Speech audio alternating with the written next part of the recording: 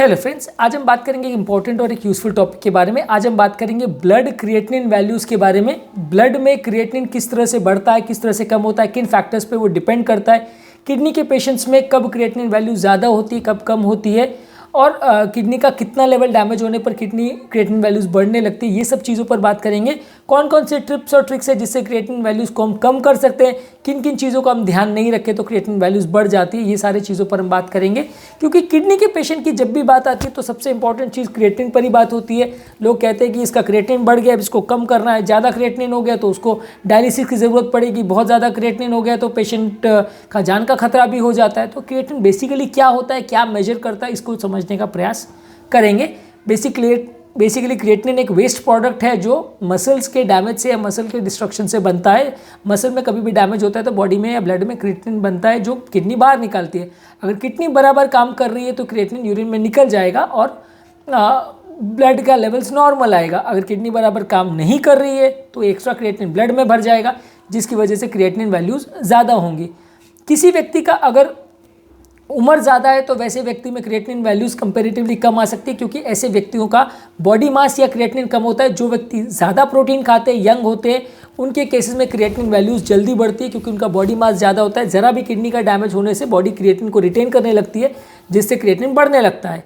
यानी कि मान के चलिए कि किसी यंग पेशेंट में अगर 4 या 5 क्रिएटिनिन है और उम्र दराज 80-90 साल के पेशेंट में अगर 2 क्रिएटिनिन है, तो अगर 20-25 साल के आदमी में 4-5 क्रिएटिनिन है और 80 वाले में अगर 2 का क्रिएटिनिन है तो लगभग बराबर वैल्यूज़ होंगी, क्योंकि क्रिएटिनिन के कैलकुलेशन में बॉडी मास का भी रोल है, पेशेंट का एज कितना है उसका भी रोल है। कितना ज़्यादा मसल मास है पेशेंट का, उतना ज़्यादा क्रिएटिनिन की वैल्यूज़ आएंगी।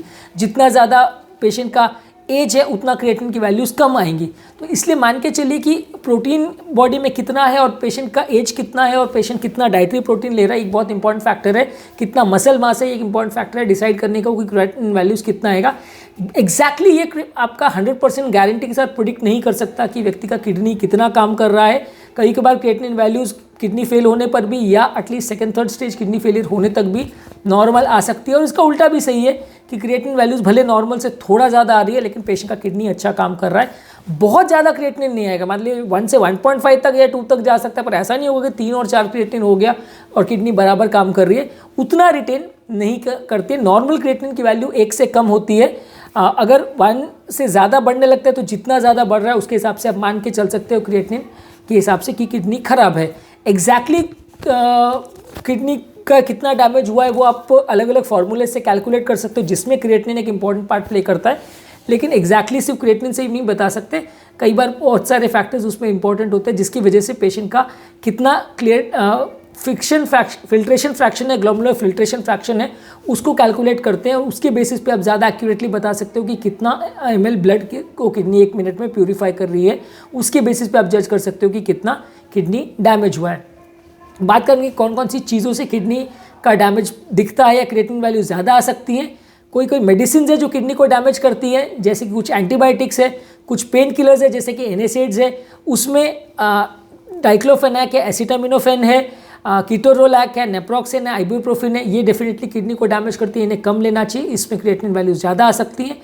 क्रिएटिनिन के सप्लीमेंट्स जो लोग लेते हैं अपनी बॉडी वेट को बढ़ाने के लिए, वो लोग भी क्रिएटिनिन उनमें ज़्यादा आ सकता है। कुछ डाइटरी फैक्टर्स है कि आदमी अगर ज़्यादा प्रोटीन ले रहा है डाइट में तो भी क्रिएटिनिन ज़्यादा आ सकता है। स्ट्रेनुअस या मेहनत वाली एक्सरसाइज को अगर कर रहा है, दिन भर जिम में अगर कोई मेहनत कर रहा है तो भी उसका क्रिएटिनिन ज़्यादा आ सकता है, क्योंकि उसमें मसल टूटता है, क्रिएटिनिन निकलता है। अगर किसी का ब्लड फ्लो ज़्यादा डिप्राइव हो गया, कम हो गया, तो वैसे पेशेंट में भी ऐसा हो सकता है। किडनी फंक्शन कॉम्प्रोमाइज़ है तो क्रिएटिनिन बढ़ेगा। डिहाइड्रेशन है पेशेंट को तो क्रिएटिनिन बढ़ेगा। बॉडी में कोई सीरियस इन्फेक्शन है तो क्रिएटिनिन बढ़ सकता है। ब्लड प्रेशर कोई भी कारण से अगर कम हुआ है, जैसे हार्ट फेलियर की वजह से या किडनी फेलियर की वजह से या इन्फेक्शन की वजह से या ब्लीडिंग की वजह से, तो वैसे केस में किडनी का परफ्यूजन कॉम्प्रोमाइज़ होगा तो उसमें भी क्रिएटिनिन वैल्यूज़ बढ़ेगी। किसी को कोई सीरियस इलनेस है जैसे कि कैंसर वगैरह है तो वैसे में भी क्रिएटिनिन वैल्यूज़ बढ़ सकती है। ज़्यादातर ऐसे केस में ब्लड का क्रिएटिनिन वैल्यूज़ बढ़ता है। ब्लड का टेस्ट में उसको कैलकुलेट कर सकते हो। किडनी का एक पोर्शन होता है जिसे ग्लोमेरुलस बोलते हैं, वो फिल्टर करता है वेस्ट प्रोडक्ट्स को। कई बार अगर ये प्रॉपरली काम नहीं कर पा रहा है तो वैसे में ब्लड क्रिएटिनिन तो वैल्यू ज़्यादा आएगी लेकिन यूरिन में क्रिएटिनिन वैल्यूज़ कम आएगी। तो इनका रेशियो को हम कैलकुलेट कर सकते हैं कि देखने के लिए कि किडनी कितना डैमेज हुआ है। अगर ब्लड में क्रिएटिनिन ज़्यादा है, यूरिन में क्रिएटिनिन कम है, तो इसका मतलब ग्लोमेरुलस जो किडनी का पोर्शन है वो प्रॉपरली फिल्टर नहीं कर रहा है ब्लड को। कुछ बीमारियां ऐसे हैं जैसे डायबिटीज़ है, ट्यूमर है, hepatitis B, hepatitis C, HIV, syphilis के इन्फेक्शंस है, सिस्टेमिक लूपस एरिथेमेटोसिस करके ऑटो एंटीबॉडी का बीमारी है जिसमें किडनी के खिलाफ एंटीबॉडीज़ बन जाते हैं, ये सबसे क्रिएटिनिन बढ़ सकता है। ये सारे पॉइंट्स को डिस्कस करने का मतलब ये है कि इन सारे प्रॉब्लम्स को आप एड्रेस करोगे तो क्रिएटिनिन कम हो जाएगा। अगर आप डिहाइड्रेशन नहीं होने दोगे, बीपी कम नहीं होने दोगे, हार्ट बराबर काम कर रहा है और कोई इन्फेक्शन वगैरह नहीं है, उसको कंट्रोल कर रहे हो, कोई ऑटो एंटीबॉडी नहीं है तो उसको आप मैनेज कर रहे हो, तो आपका क्रिएटिनिन वैल्यूज़ नहीं बढ़ेगा। तो ये कारण को जानने का ये पर्पज़ है। इसके अलावा डाइटरी टिप्स, कैसे आप क्रिएटिनिन वैल्यूज़ को कम कर सकते हो। आपको हाई प्रोटीन डाइट नहीं लेना है। नॉर्मल आदमी के लिए रिकमेंडेड होता है कि 1 ग्राम पर केजी बॉडी वेट वो प्रोटीन ले, यानी 60 ग्राम के व्यक्ति को 60 ग्राम डेली प्रोटीन, 60 किलो के व्यक्ति को 60 ग्राम प्रोटीन दिन भर में लेना पड़ेगा, 100 किलो के व्यक्ति को 100 ग्राम प्रोटीन लेना पड़ेगा। अगर आपको early stages of kidney damage या किडनी पूरी तरह फेल नहीं हुआ है, वहाँ पे आपको प्रोटीन लेवल्स कम लेना चाहिए, यानी 1 ग्राम पर केजी बॉडी वेट के बदले आपको मे बी 0.6 या 0.7 ग्राम्स पर केजी बॉडी वेट लेना चाहिए। यानी 60 किलो के व्यक्ति को 40 ग्राम प्रोटीन लेगा और 100 किलो का व्यक्ति 60 ग्राम प्रोटीन लेगा तो चलेगा। जो इंडियन डाइट है हमारा, उसमें एज इट इज़ भी मान के चलिए कि प्रोटीन लेवल्स वैसे भी कम आता है, तो इसलिए ये चीज़ें इंडियन डाइट के लिए उतना एप्लीकेबल नहीं है, खासकर इंडियन वेजिटेरियन डाइट के लिए, क्योंकि हमारा वैसे ही प्रोटीन इंटेक 10 से 15 ग्राम होता है। तो अगर हम प्रोटीन कट डाउन उसमें भी और करेंगे तो प्रोटीन डेफिशिएंसी हो जाएगी। तो इसलिए पहले कैलकुलेट करना ज़रूरी है कि आपका बॉडी में कितना प्रोटीन जा रहा है, उसके हिसाब से फिर आपके डाइट को आप मॉडिफाई कर सकते हैं।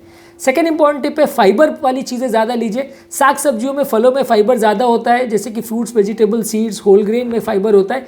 ये सारी चीज़ें किडनी के वैल्यूज़ में क्रिएटिनिन को कम करने में मदद करती है, इनको आप ज़्यादा लीजिए। नेक्स्ट इंपॉर्टेंट चीज़ है कि पानी ज़्यादा पीजिए। पानी आप जितना ज़्यादा पियोगे किडनी के फंक्शन को ठीक करने में मदद मिलेगी। लगभग दिन भर में 3-4 लीटर किडनी के पेशेंट को पानी पीना चाहिए। कई लोग को ऐसा लगता है यार पानी इतना कैसे पिएं, तो आप उसमें कोई फ्लेवर यूज़ कर सकते हैं, पर बहुत ज़्यादा फ्लेवर या ऐसा कुछ ना यूज़ करें तो ज़्यादा अच्छा है। तो उसमें ज़्यादा से ज़्यादा आपको लगभग 3-4 लीटर लगभग दिन भर में पानी पीना है।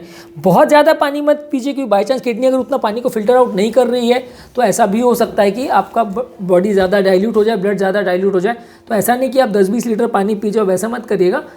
3-4 लीटर आप पानी पीना चाहिए। अगर आपका यूरिन का कलर डार्क है तो इसका एक इनडायरेक्ट साइन होता है कि आपका बॉडी डिहाइड्रेटेड है। बॉडी में चक्कर अगर आ रहे हैं, प्यास ज़्यादा लग रही है, कमज़ोरी ज़्यादा लग रही है, तो एक इनडायरेक्ट साइन है कि आपका बॉडी में पानी की कमी है, तो आपको पानी ज़्यादा पीना चाहिए। अगर सांस ज़्यादा फूल रही है, चलने में घबराहट वगैरह हो रही है, पाँव में सूजन वगैरह, तो ये इनडायरेक्ट साइन है बोलने का कि बॉडी में पानी ज़्यादा है। जिस भी व्यक्ति को परसिस्टेंट या बार बार डिहाइड्रेशन हो रहा है, वैसे पेशेंट को डॉक्टर को मिलना चाहिए, नहीं तो ये किडनी को टेम्परेरी या परमानेंट डैमेज कर सकती है।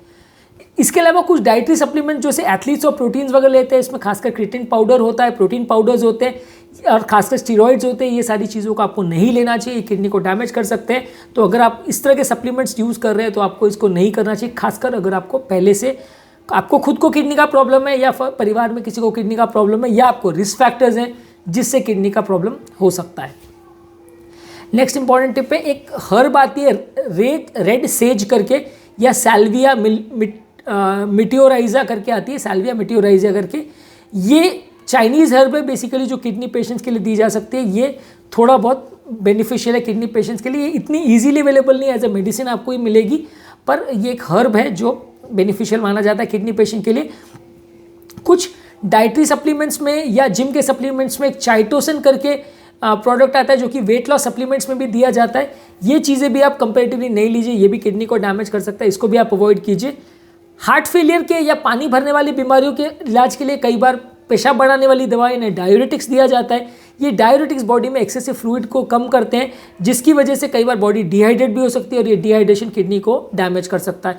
तो ये डायूरेटिक दवा अगर आप ले रहे हैं तो कितना डोज पे लेना है, कितना अमाउंट पे लेना है, बॉडी हाइड्रेशन में है या डिहाइड्रेट हो रही है, उसको आप प्रॉपरली कैलकुलेट करिए, डॉक्टर के साथ डिस्कस भी करिए। नेक्स्ट इंपॉर्टेंट है कि अगर आप बहुत ज़्यादा एक्सरसाइज वगैरह कर रहे हो तो कितना एक्सरसाइज आपके लिए अच्छा है, उसको आप डॉक्टर के साथ डिस्कस करिए। बहुत ज़्यादा विगरस एक्सरसाइज मत करिए। कई लोग का होता है कि कई घंटे एक्सरसाइज कर लेते हैं जिसकी वजह से किडनी फेल हो जाती है। ये मैराथन रनर्स वगैरह के लिए भी है कि कई बार वो डिहाइड्रेशन के प्रेजेंस में इतना ज़्यादा दौड़ लेते हैं, इतना ज़्यादा एक्सरसाइज कर लेते हैं कि बॉडी डिहाइड्रेट हो जाती है और किडनी फेलियर में चली जाती है, उनको संभालना फिर मुश्किल पड़ता है। तो डिहाइड्रेशन ऐसे केस में बिल्कुल ना होने दें और कितना एक्सरसाइज आपके लिए सूटेबल है, आपके जिम ट्रेनर और आपके डॉक्टर के साथ डिस्कस करिए। प्रॉपर बॉडी का हाइड्रेशन मेंटेन करें। बहुत ज़्यादा हाई प्रोटीन डाइट या बहुत ज़्यादा मीट्स वगैरह ना लीजिए, किडनी को कभी कभी डैमेज कर सकता है। ओवर विगरस एक्सरसाइज मत कीजिए, बहुत ज़्यादा न्यूट्रिशनल सप्लीमेंट्स मत लीजिए, खासकर अगर आप जिम वर्क करें तो एक्सपर्ट न्यूट्रिशनिस्ट से डिस्कस करके कितना प्रोटीन आपके लिए ज़रूरी है उतना ही लीजिए। तो आज के टॉपिक में हमने कुछ पॉइंट्स के बारे में बात की जो आपकी किडनी फंक्शन को अफेक्ट करती है या जिससे क्रिएटिनिन लेवल्स आपके कम या ज़्यादा हो सकते हैं, इस बारे में बात की। किडनी के फैक्टर्स को इन्फ्लुएंस करने के लिए और घरेलू नुस्खों क्रिएटिनिन को कम करने के लिए उस बारे में एक और हम वीडियो करेंगे जो कि आप मेरे चैनल पर देख सकते हैं। यदि इस टॉपिक को संबंधित आपकी कोई कमेंट्स, कोई सजेशन है, कोई और टॉपिक्स पर आप चाहते हैं वीडियोस बनाएं, कोई पेशेंट रिलेटेड क्वेरीज है तो नीचे कमेंट सेक्शन में उनके बारे में बता सकते हैं, हम उन्हें कवर करने का प्रयास करेंगे। अंत में मैं डॉक्टर नवीन अग्रवाल तहे दिल से आपका शुक्रिया अदा करूँगा कि आपने इस टॉपिक को एंड तक देखा। जो लोग हमारे चैनल पर नए हैं उन्हें रिक्वेस्ट करूँगा कि चैनल को सब्सक्राइब करें। ऐसा करने से चैनल को कंटिन्यू करने के लिए हमें मोटिवेशन और इंस्पिरेशन मिलता है, और जब भी हम कोई नया कंटेंट अपलोड करते हैं उसका नोटिफिकेशन आपको मिल जाता है, तो आप उस कंटेंट को तुरंत देख सकते हैं, उसका बेनिफिट ले सकते हैं।